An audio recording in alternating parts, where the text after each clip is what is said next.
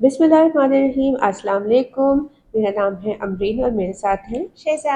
और आज हम जिस टॉपिक पे बात करेंगे उसके बारे में टॉपिक का नाम और डिटेल जो है वो शिज़ा आपको बताएंगी। जी, तो जो टॉपिक आज हम डिस्कस करने लगे हैं वो बहुत इंटरेस्टिंग है और आई थिंक वो बहुत सारे लोगों के लिए हेल्पफुल होगा, यूज़फुल होगा बिकॉज़ हम कुछ फाइंडिंग्स पे बात करेंगे। एंड आज जो है वो हमारे साथ मामा नहीं बैठी हुई हैं, आज हमारे साथ एक बिज़नेस कंसल्टेंट बिज़नेस पढ़ा हुआ भी है, जो बिज़नेस पढ़ाती भी हैं, जो एंटरप्रेन्योरशिप भी पढ़ाती हैं, खुद भी करती हैं और across the globe and across Pakistan बहुत सारे लोगों को हेल्प आउट किया है, बहुत सारे लोगों को कंसल्टेंसी दी है, बहुत सारे लोगों को मेंटोर किया है कि वो किस तरीके से अपना बिज़नेस, वैसे तो पाकिस्तान में नहीं लोग जो हैं वो इनिशिएट करते हैं बिज़नेस बिकॉज़ उनका जॉब माइंडसेट होता है, लेकिन जिन्होंने इनिशिएट करना होता है या स्टार्टअप करना होता है तो उनको बहुत ज़्यादा मेंटोर किया है लास्ट बहुत सारे ईयर्स में, आई थिंक 5-6 ईयर्स तो कहीं नहीं गए, बहुत ट्रेनिंग्स करी हैं उनकी। इन सब चीज़ों से मैं वेल अवेयर हूँ और माम और मेरी इस पर बहुत हेल्दी डिस्कशंस भी होती हैं।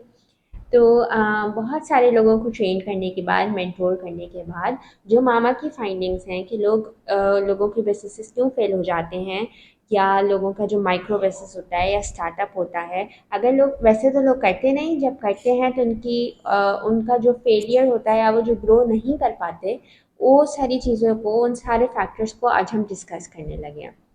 तो आइए चलते हैं और हम मामा से आज एक बहुत इंटरेस्टिंग ये बात करते हैं कि पाकिस्तानी कॉन्टेक्स्ट में लोग बिजनेस क्यों नहीं करते, और लोगों का जॉब माइंडसेट क्यों इतना ज़्यादा होता है, और ये जो एक मिथ है कि जो अगर अगर हम बिजनेस करेंगे, बिकॉज ये बहुत स्टीरियोटाइप है कि बिजनेस के लिए बहुत ज़्यादा इन्वेस्टमेंट चाहिए होती है या बिजनेस जो है वो करके वो फेल हो जाता है, तो आज हम उन सारी चीज़ों पर बात करेंगे and primarily we are going to focus on why businesses fail. तो आइए चलते हैं, आज की डिस्कशन हम स्टार्ट करते हैं। तो जी मामा।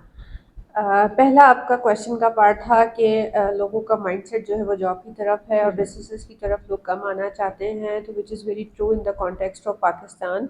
इसका सबसे सॉलिड रीज़न ये है कि जब आप एम्प्लॉयमेंट के लिए अपने आप को तैयार कर रहे होते हैं और आप इस तरह की डिग्रीज लेते हैं, प्रोफेशनल एजुकेशन, जो कि आपको पता होता है कि आपका एक बड़ा लुक्रेटिव करियर है और इसमें जो है वो स्कोप बहुत ज़्यादा है, और एंड ऑफ द डे जो है वो आपको एक सिक्योर आपका जो है वो किचन होता है कि अच्छा ठीक है, अगर कुछ ना कुछ ना हो किचन तो हमारा चल ही जाएगा, तो रिस्क इसमें नहीं होता। आप बस चाहते हैं कि आप जैसे ही ग्रेजुएट हो और आप फटाफट जो है वो जॉब चले जाएं। अब जो भी आपकी एज पर आपकी एक्सपर्टीज़ के जो भी आपको जॉब मार्केट में आपकी कॉम्पिटिटिव वैल्यू होती है, may be it's start from the 30-35 के, 60 के, 60, 80, 1 लाख, 120। तो बहरहाल इनिशियली इसी तरह के पैकेजेस होते हैं डिपेंडिंग आप किस स्कूल से किस यूनिवर्सिटी से पास आउट है। तो हर एक का जो नौजवान हमारे नस्ल है उनका यही है कि फटाफट आप जॉब पर लगें ताकि आपका जो है वो करियर बने तो फिर आप नेक्स्ट माइलस्टोन अचीव करें, और फिर वो सारी ज़िंदगी उसी ही विशियस सर्कल में रह जाते हैं कि over the year 10% raise, 20% raise with certain certain benefits. तो ये आपको इंटरनेशनल ट्रिप हो गया, अगर बहुत आपने कोई बहुत अच्छी आपने कोई प्रेस्टिजियस डिग्री ली हुई है, कुछ पर्क्स मिल गए, बेनिफिट्स मिल गए, कार मिल गई, तो वो लोग हर हर अपना अपना जो है 30 के वाला भी, 50 के, 60 के, 80 के, 120 के वाला भी अपने हिसाब से जो है वो इवेलुएट करता है कि अच्छा over the period of 1 year, 2 year, 3 year, 5 year मुझे इतने इतने रेजेस मिलेंगे और मेरा ये जो है वो एक सर्टन जो है वो लाइफ स्टाइल मेंटेन हो जाएगा, एटलीस्ट किचन सिक्योर हो जाएगा। तो रिस्क को निगेट करने के लिए, रिस्क से बचने के लिए जो है वो ज़्यादातर लोग जॉब की तरफ जाते हैं और एंटरप्रेन्योरशिप की तरफ क्यों नहीं आते हैं, इसलिए कि एंटरप्रेन्योरशिप में आपको एंड ऑफ द मंथ कोई चेक नहीं मिल रहा होता और कोई सिक्योरिटी नहीं होती कि कब मिलेगा। पहला आपको फ्रूट इसका बहुत पेशेंस चाहिए होता है, जो कि वंस अगेन के बहुत कम लोगों में होता है when it comes to kitchen और आपके सारे एक्सपेंसेस, क्योंकि आपकी जो बिल्स हैं या जो आपका पूरा साइकिल चल रहा होता है, जो आपकी पेमेंट्स होती हैं वो आपको 30 डेज पीरियड की होती हैं कि आपने कुछ ना कुछ बिजली का बिल है, फलां का बिल है, स्कूल का बिल है, so on and so forth, we have so many utility bills और सारे एक्सपेंसेस हमारे ओवरहेड होते हैं जिनको हमने 30 डेज में पे करना होता है। तो एंटरप्रेन्योरशिप में ना आने की ज़्यादातर वजह यही है कि लोगों को नहीं पता होता कि जो हम एफर्ट डाल रहे हैं इसका फ्रूट हमें 30 डेज़ में तो शायद इतनी जल्दी तो नहीं मिलता, इट विल टेक टाइम, और वो टाइम जो है लोग बाय नहीं करना चाहते, डेट्स वाई वो एक सिक्योर एम्प्लॉयमेंट में जाना चाहते हैं, और जिसकी वजह से वो बहुत ऊपर नहीं जा पाते, बस अपने वो 20-25 रेजेस में ही वो खुश रहते हैं एनुअली। हम्म। तो ये तो हमारा फर्स्ट पार्ट था कि लोग क्यों बिजनेसेस की तरफ नहीं आते। जो लोग हिम्मत करके बिजनेस की तरफ आते हैं या छोटा मोटा अपने पैशन को एक्सप्लोर करते हुए हम्म।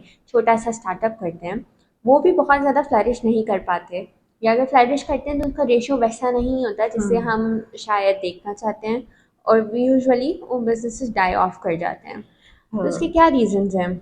इसकी कुछ रीजंस हैं जो कि बहुत सारे लोग डिस्कस ऑलरेडी कर भी चुके हैं। मैं भी इसको कुछ इम्पॉर्टेंट पॉइंटर्स को जो है वो डिस्कस करना चाहूँगी, जिसमें सबसे पहला जो रीज़न आता है, अ, लोग चले इसमें, यंग जनरेशन आ गई, उन्हें कोई ना कोई अपना स्टार्टअप कर लिया, और अब वो अब आगे की तरफ स्टेप ले रहे हैं, तो इसमें मसला सबसे ज़्यादा ये होता है कि आपने अपना जो मॉडल होता है बिजनेस का या स्टार्टअप का या न्यू वेंचर क्रिएशन का, वो इतना हैवी बनाया होता है, और आपके पास इतने फंड्स अवेलेबल नहीं होते। तो होता ये है कि इनिशियली तो आपको या तो अगर कोई फंडिंग मिली हो या आपने किसी का लेकर ही लगाया हुआ हो, तो वो आपका जो मॉडल है वो इतना हैवी हो जाता है, जिसमें जिसमें कि फिक्स्ड कॉस्ट जो है वो बहुत ज़्यादा होती है, और वो फिर सस्टेन नहीं कर पाता, क्योंकि आपको जो इनकम स्ट्रीम है वो इतनी जल्दी नहीं जनरेट होती, या यूँ कह लें कि आपकी सेल्स इतनी नहीं होती, लेकिन आपका जो ओवरहेड है, वो जो फिक्स्ड कॉस्ट है वो बहुत ज़्यादा हैवी होती है। तो जिसकी वजह से फिर आपके ऐसा ऐसा फंड जो है वो ड्राई आउट हो जाते हैं, और जिसकी वजह से फिर आपको फाइनेंशियल क्रंचेस होते हैं, और फिर आप इतने डिमोटिवेट और डिस्करेज होते हैं कि आप उससे with in I think few years भी कहते हैं कि ये हमसे नहीं हो सकता। तो जो एक मेन रीज़न निकल कर आ रहा है बिजनेस फेलियर्स का, वो ये है कि फिक्स्ड कॉस्ट का बहुत ज़्यादा होना। तो इसका जो है वो फिर क्या सोल्यूशन होना चाहिए? इसका सॉल्यूशन ये होता है कि आजकल एक टर्म यूज़ होती है एसेट लाइट मॉडल की। आजकल का जो दौर है वो उसका है कि आप एसेट जो है, स्पेशली जो फिक्स एसेट है, वो खुद आप ओन ना करें, बल्कि एक कॉन्सेप्ट है कि शेयर्ड इकोनॉमी, यानी कि मेरे पास कोई चीज़ है और आपके पास कोई चीज़ है, तो let's share our resources, let's pool our resources to minimise the fixed cost. तो इस तरह से आप अपना जो बिज़नेस है वो शेयरिंग पर, यानी कि आप एक तरह से इंटरफेस प्रोवाइडर बन जाएँ।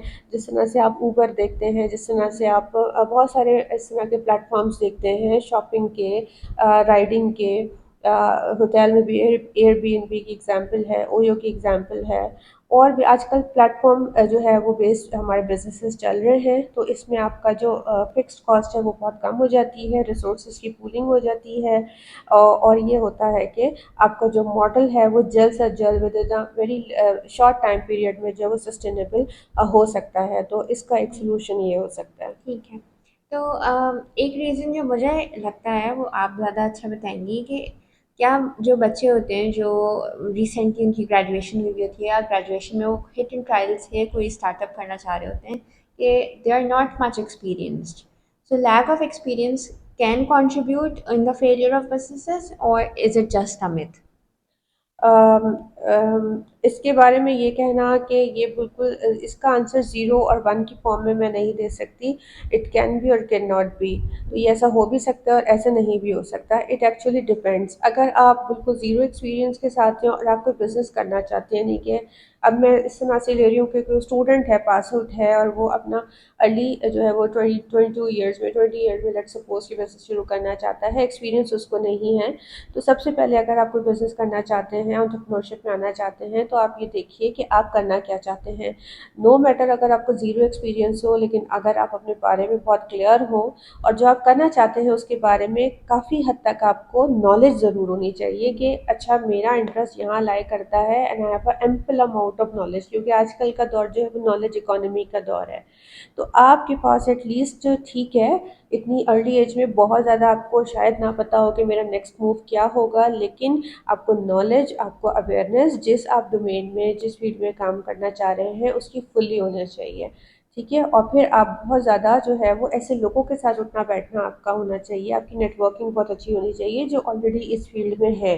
तो अगर आप ज़ीरो एक्सपीरियंस से भी जो है वो शुरुआत करते हैं, लेकिन आपके पास अच्छे लोगों का नेटवर्क है, आपके पास अच्छी नॉलेज है, एंड सबसे बढ़ के कि आप कमिटेड हैं तो ज़ीरो एक्सपीरियंस पर भी आप बहुत अच्छा ग्रो कर सकते हैं। So my next question is that I'm talking about women in general and also the new kids who come up in this side of establishing their startups. They're unable to meet the expectations of their customers, and this is one of the reasons I think that they die off in the initial days of establishing their businesses. Hmm. So is it true or is it false that they are unable to meet the expectations of their up customers? To some extent you are right कि कभी कभी expectations पूरी नहीं हो पाती due to various reasons. तो उसमें आपने जिक्र किया फीमेल्स का। Hmm. तो एक्चुअली जो जितना हमारा रिसर्च कहती है, जितना लिटरेचर अवेलेबल है अब तक का, तो हमारे जो मेजरमेंट है उसमें मेल और फीमेल एंटरप्रेन्योरशिप जो है वो इंटायरली डिफरेंट है, चाहे वेस्ट हो चाहे फिर ईस्ट में हो। कुछ सिमिलरिटी ऑफ कोर्स है, लेकिन जो वुमेन का एंटरप्रेन्योरशिप में आने का जो जो जो ड्राइविंग फोर्स है, जो उसमें रुकने के लिए जो पेशेंस का लेवल चाहिए होता है या जो उसको सपोर्ट चाहिए होती है, ये बिल्कुल इंटायरली डिफरेंट है अपने मेल काउंटर पार्ट से। क्योंकि मेल के हमारी सोसाइटी में इन पर्टिकुलर डायनामिक्स बहुत डिफरेंट हैं और फीमेल्स के बहुत डिफरेंट हैं। आपने बात की कि जो है वो एक्सपेक्टेशंस को पूरा नहीं कर पाते, चाहे मेल हो या दोनों फीमेल हो। तो हम इसको अभी इस तरह से दोनों जेंडर्स की बात कर लेते हैं कि होता ये है कि चाहे मेल हो या फीमेल हो, आप क्विक विंस में ज़्यादा जाते हैं। आप चाहते हैं कि आप फर्स्ट गो में जो है वो जिस तरह से क्रिकेट में होता है कि चौके और छक्के लग जाएं, और आप बहुत जल्दी रिजल्ट्स जो है वो चाहते हैं या बहुत जल्दी आप प्रॉफिट्स चाहते हैं। तो जब आप बहुत जल्दी करने की कोशिश करते हैं तो ऑफ कोर्स उसमें बहुत सारी चीज़ें जो है वो आपकी कैलकुलेशन जो है वो राइट नहीं होती, जिसमें आप समटाइम्स क्वालिटी पे जो है वो आपकी कंसिस्टेंट नहीं होती, या समटाइम्स आपकी प्राइसिंग में बहुत ज़्यादा इशू होता है। ये दो चीज़ें हैं जो कि अर्ली स्टेज स्टार्टअप्स, चाहे मेल हो चाहे फीमेल हो, हमारी रिसर्च के टर्म में कहते हैं कि नेसेंट एंटरप्रेन्योर्स जो हैं उनको बहुत ख्याल करना चाहिए कि क्विक विंस के चक्कर में ना जाएं। आप अपनी क्वालिटी और प्राइस को मार्केट पे पहले आप देखें कि क्या अवेलेबल है, किस प्राइसिंग में आपकी चीज़ अवेलेबल है, जो आपके कॉम्पिटिटर्स हैं वो क्या दे रहे हैं, कैसी दे रहे हैं, और आप क्या दे रहे हैं और कैसी दे रहे हैं। आप में भी केस में दो केसेस हो सकते हैं कि आप बहुत अच्छी कोई चीज़ दे रहे हैं लेकिन आपने बहुत कम क्वांटिटी में दे दी, तो ये एक Hmm. बहुत बड़ा इशू हो सकता है। तो आपको मे बी कि फर्स्ट ऑर्डर तो आ मिल जाए। जाता है बिल्कुल। नॉर्मली फर्स्ट, हम्म। लेकिन देखें जो फर्स्ट ऑर्डर है ना वो हमारी बिजनेस की टर्म में वो सक्सेस नहीं होता। हमारी असल कैलकुलेशन शुरू होती है कि जब आपके पास रिटर्निंग कस्टमर आते हैं, यानी कि बार बार लोग आपसे वो चीज़ बाय करना चाहते हैं, परचेज करना चाहते हैं, लोग आपको ढूंढते हैं, पूछते हैं, तो वो एक्चुअली जो है वो एंटरप्रेन्योर के लिए रियल सक्सेस होती है।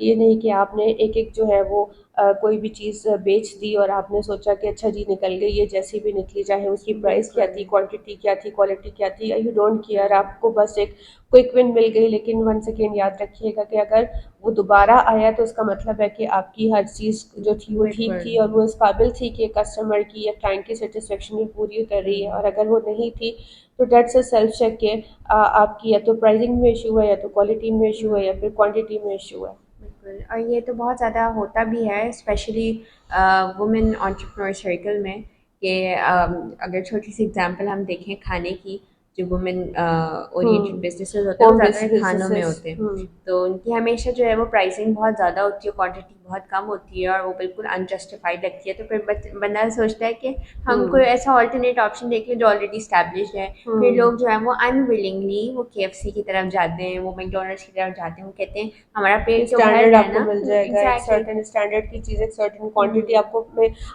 100% श्योरिटी होती है कि अगर आप इस तरह के आउटलेट में जा रहे हैं तो आपको यू आर 100% और 200% श्योर कि इतने पैसों में इतनी चीज़ें तो आनी ही आनी है। और उसका एक टेस्ट होता है, उसकी क्वालिटी मेंटेन बिल्कुल हुई हुई होती है, बिल्कुल। हर दफ़ा यूनिफॉर्मिटी होती है। Hmm. And we were talking about the businesses that were recently established in which Kababjees is on top. तो उसकी कबाबडीज, मशरूम ग्रोथ हम कहते हैं कि वो की है उन्होंने अपनी। बट कबाबचीज़ ने भी वही इनकंसिस्टेंट बिहेवियर ही अपना शो करा कि हम लोग बहुत ज़्यादा बात करते हैं बॉयकॉट की, तो ठीक है, बॉयकॉट बहुत अच्छी चीज़ है और 100% करना चाहिए जितना आप कर सकते हैं। बट वंस अगेन कि Kababi was unable to maintain the standards. तो इनिशियली बहुत अच्छा था सब कुछ, बहुत फ्राइड चिकन ए स्टार बिल्कुल KFC के कंपेटिटर बने हुए थे। बट देन अगेन उनकी क्वालिटी ड्रॉप हो गई। ठीक है, प्राइसिंग भी आपने हाई रखी हुई है, थोड़ी सी हम्म। Slightly higher. तो फिर लोग जो है वो फिर अनविलिंगली वो फिर स्विच करते हैं उन ऑप्शंस पे जो कि जब बाइकआउट के अपनी निकले इतनी होते हैं। ज़्यादा Kababjees is very famous in Karachi hmm. Lahore में, तो as such I don't think so के है। तो उससे उन्होंने जो जिस लेवल पे एक्सपेंशन की है तो मे बी कि वो उस क्वालिटी को नहीं मेंटेन कर पाए हों। हम्म। या जितना जो बाइकआउट का रिजल्ट्स है तो लोग जो है वो डेविएट हुए कि अब सर्टन उनको ब्रांड्स नहीं चाहिए तो उन्होंने अल्टरनेट की तरफ गए। तो maybe due to the volumes issue वो अपना स्टैंडर्ड नहीं मेंटेन कर पाए, that is one of the reason कि आपकी क्वालिटी कंप्रोमाइज़ होती है। लेकिन अगर आप स्टार्टअप हैं, आपने अभी शुरू ही किया है, तो you have to be very careful about your pricing, about your quality and about your quantity. Exactly. अच्छा, एक रीज़न और जो हो सकता है वो आप ज़्यादा अच्छा बताएंगे कि जो यंग entrepreneurs होते हैं या जो बिल्कुल न्यू स्टेप इन करते हैं in the world of entrepreneurship, in the world of startups, so are they too ambitions too and they too fly too high, और ऐसा नहीं होता, they are not too ambitious, they are not flying very high, and उस फिर भी जो है वो बिजनेस उनका फेल हो रहा है। एम्बिशियस होना बहुत अच्छी बात है, लेकिन एंटरप्रेन्योरशिप में अगर आप आ रहे हैं तो एम्बिशियस होना बहुत अच्छा है, बहुत पॉजिटिव है, लेकिन ओवर एम्बिशियस नहीं होना चाहिए। हम्म। बहुत ज़्यादा ओवर एम्बिशियस हो जाएंगे आप फिर बहुत अगर अगर उस तरीके से आपको रिजल्ट्स नहीं मिलने शुरू हुए with in the period of I think 3 month 6 month over a year, तो फिर आपको होती है ज़बरदस्त किस्म की डिमोटिवेशन, डिस्करेजमेंट कि मैं तो इतना पैशनेट था। आप पैशनेट तो थे लेकिन आप ओवर एम्बिशियस है, तो अपनी एम्बिशियस को रियलिस्टिक गोल्स में रखिए। और आप ध्यान में रखिए कि जो एंटरप्रेन्योरशिप के लिए सबसे ज़्यादा ज़रूरी चीज़ है वो है आपकी कंसिस्टेंसी। वो जो ज़्यादातर बिजनेसेस अगर फेल हो रहे हैं या हो जाते हैं, या जो एक बड़ी प्यारी सी जो है हमने कोटेशन डेवलप कर ली है कि वाई बिजनेसेस फेल, तो उसका अगर आप थोड़ा सा रिसर्च भी करके देख लें तो उसमें जो एक रीज़न सबसे बड़ा निकल कर आएगा वो इनकंसिस्टेंट बिहेवियर का निकलेगा। तो ये बहुत इम्पॉर्टेंट होता है, apart from the all the asset you have, all the competency you have, all the resources you have, but if you don't have consistency in your own behavior, in your own actions, that there is a huge probability then your business will face the failure. हम्म। ये बहुत serious बात हो गई, मैं इसको अपने ऊपर रख के सोचने लगी कि बहुत दफ़ा ऐसा होता है कि आप जो सोच रहे होते हैं आपको वैसे रिजल्ट्स नहीं मिलते। Because that's a human nature. और फिर आप उस वक्त you are just on the verge of quitting हाँ, एंड। बस वो जो on the verge of quitting है उस पर ही नहीं जाना है, और आपको बार बार इस जर्नी में, एंटरप्रेन्योरियल जर्नी में आपको हर थोड़ी देर बाद लगता है कि बस that's the end of the journey, I can not actually move forward, मैं बस अब जा रही हूँ, मैं क्विट कर रही हूँ या कर रहा हूँ। मैं नहीं, ये वही पॉइंट होता है जिसमें आपको कंसिस्टेंसी शो करनी होती है। अब बहुत दफ़ा आपको रिजल्ट्स वो नहीं मिलते, बहुत दफ़ा आपकी पूरी मेहनत लगती है और आप सोचते हैं कि मेरी मेहनत कहाँ जा रही है, फिर आप कंपेयर करना शुरू कर देते हैं कि वो तो देखिए वो तो ऐसा करते हैं तो उनके साथ तो बड़ा अच्छा होता है, मैं अपनी पूरी जो है वो एफर्ट लगा दी, अपनी अपनी मेरे पास सब कुछ है उसके बावजूद रिजल्ट्स नहीं हैं। तो मैनी टाइम्स ऐसा होता है कि जब आपके पास सब कुछ होता है लेकिन रिजल्ट्स वो नहीं होते, तो उस वक्त में जब इतने अनफेवरेबल सर्कमस्टांसेस हों, आपने क्विट नहीं करना, कंसिस्टेंसी को हाथ से नहीं छोड़ना, बाकी चीज़ों पे काम करना है। और उसमें जो सबसे इम्पोर्टेंट चीज़ आपको हेल्प आउट करेगी वो आपका अल्लाह सुब्हानहू व तआला पे फेथ है। क्योंकि अल्लाह सुब्हानहू व तआला ने खुद फरमाया है कि हमारे ज़िम्मे एज अ ह्यूमन लगाया है कि हम एफर्ट डालें हैं, जान लगा दें, अपनी डायरेक्शन को ठीक रखें, लेकिन जो उसका रिजल्ट है वो अल्लाह के हाथ में है। बिल्कुल।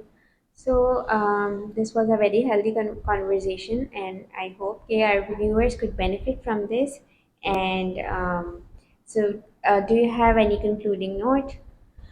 कंक्लूडिंग नोट्स में यही है कि पूरे पाकिस्तान में जहाँ जहाँ पढ़ाया, जहाँ जहाँ ट्रेनिंग्स वर्कशॉप्स की हैं एंटरप्रेन्योरशिप की, तो बच्चों का जो है ना, ख़ास तौर पे यंग जनरेशन का जो माइंडसेट डेवलप हुआ हुआ है वो जॉब मार्केट के लिए हुआ हुआ है कि बस हमें जल्दी से जॉब मिल जाए। और अब बहुत सारे जो है वो मैंने देखे कि ख़ास तौर पे जो बच्चे हमारे इंटीरियर के हैं या जो छोटे शहरों से हैं, उनका जो है वो ख्वाब है कि सीएसएस हम ऑफिसर बन जाएं। तो हर शख्स जो है या तो गवर्नमेंट जॉब चाहता है because of the security, because of the family security, उनको आगे जो है वो सिलसिले चलते रहे, pension and so on and so fourth. कुछ को पावर चाहिए, कुछ को सिक्योरिटी चाहिए। तो इस तरफ जो है वो न्यू जनरेशन हमारी नहीं आना चाहती, जबकि हमारी नीड भी है, उसमें स्कोप भी बहुत ज़्यादा है। तो मैं तो ये कहूँगी कि आप एक ज़िंदगी अल्लाह ने दी है, लेकिन इसको मल्टीपल करियर्स में आप जिए। आप ठीक है, अगर आपको एम्प्लॉयमेंट का शौक है या एम्प्लॉयमेंट आपकी नीड है because of you have so many responsibilities on your shoulder, तो आप ठीक है, आप 5 डेज अपनी कोई जॉब जो है वो करें। लेकिन मैं तो बच्चों से कहती हूँ कि अगर आपके पास वीकेंड फ्री है तो start something on doing on weekends, तो ये भी आप कर सकते हैं। आपके पास अगर इवनिंग फ्री है तो you can start something in evening as well. कुछ दो दोस्त मिलके कुछ ना कुछ आइडियाज़ बात करें, कुछ शेयर करें। और खाने और कपड़ों के बिजनेसेस के अलावा भी बहुत दुनिया जो है वो बड़ी है। और ऐसी नहीं है कि पाकिस्तान में हर नीड जो है वो फुलफिल हो गई हो। There is an ample opportunities are present here, but the need really fresh blood to unlock that opportunities. और उस अनटैप मार्केट को आप देखें कि क्या क्या चीज़ें हैं जो कि अभी भी की जा सकती हैं। बिल्कुल, so thank you and Jazakallah khair for providing such valuable insights. And this is it from our side. If you have any questions, you can drop in our comment box.